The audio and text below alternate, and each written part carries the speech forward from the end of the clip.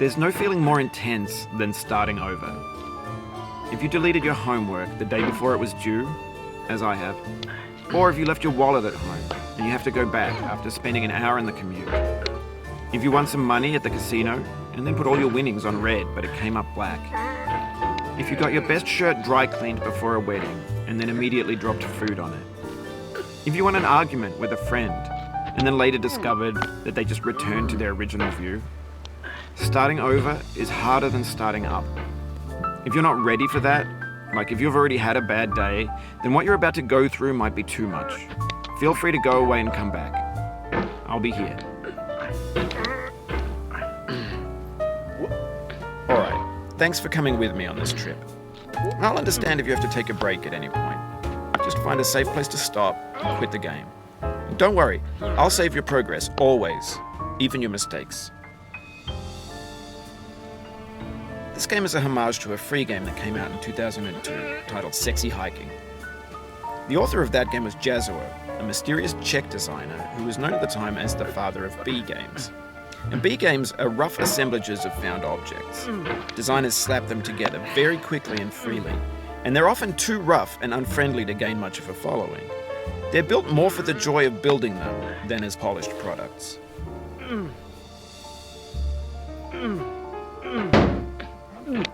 In a certain way, Sexy Hiking is the perfect embodiment of a B game.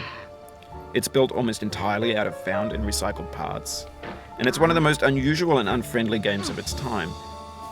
In it, your task is simply to drag yourself up a mountain with a hammer. That act of climbing, in the digital world or in real life, has certain essential properties that give the game its flavor. No amount of forward progress is guaranteed. Some cliffs are too sheer or too slippery, and the player is constantly, unremittingly in danger of falling and losing everything. Anyway, when you start Sexy Hiking, you're standing next to this dead tree that blocks the way to the entire rest of the game. It might take you an hour to get over that tree, and a lot of people never got past it. You prod and you poke at it, exploring the limits of your reach and your strength, trying to find a way up and over. And there's a sense of truth in that lack of compromise.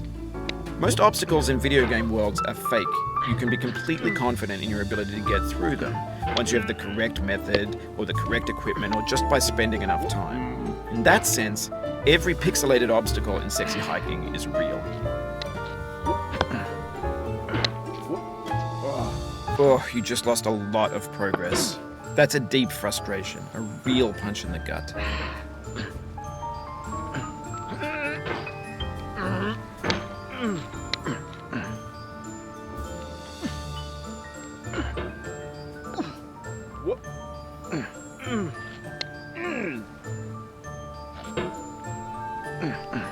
Oof, sorry about that.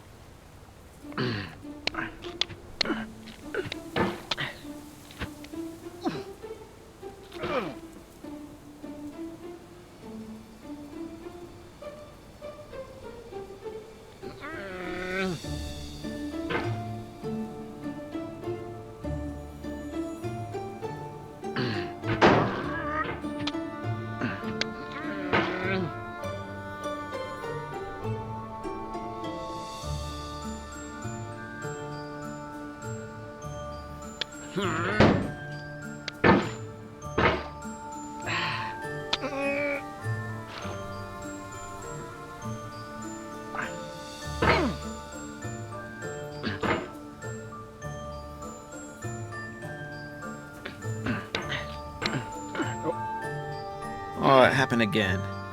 Keep on trying, don't let it get to you.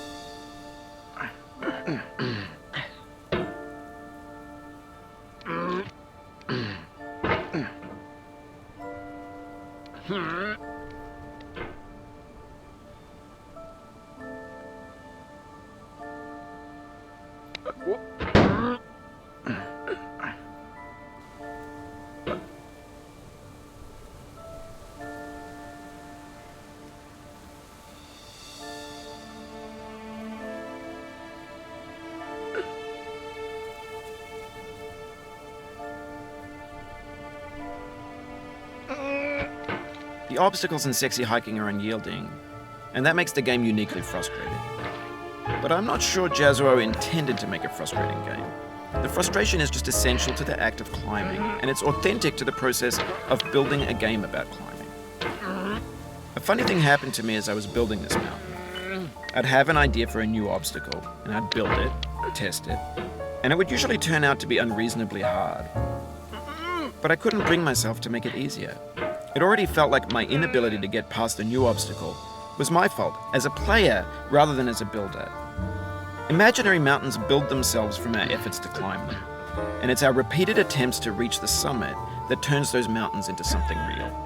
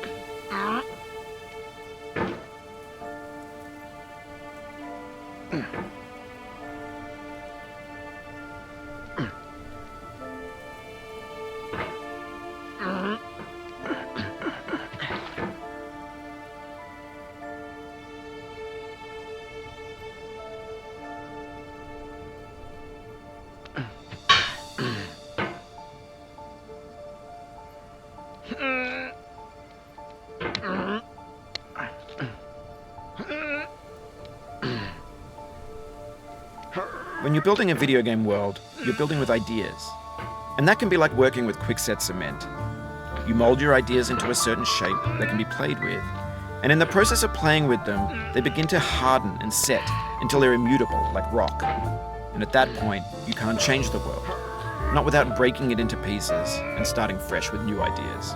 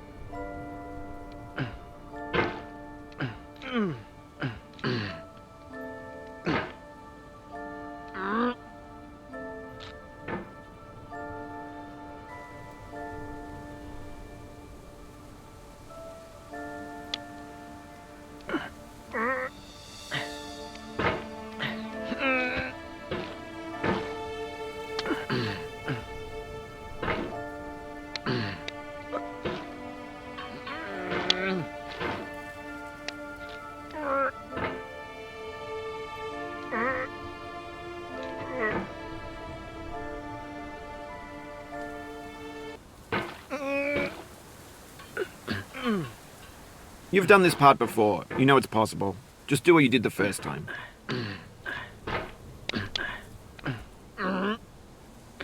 Oh.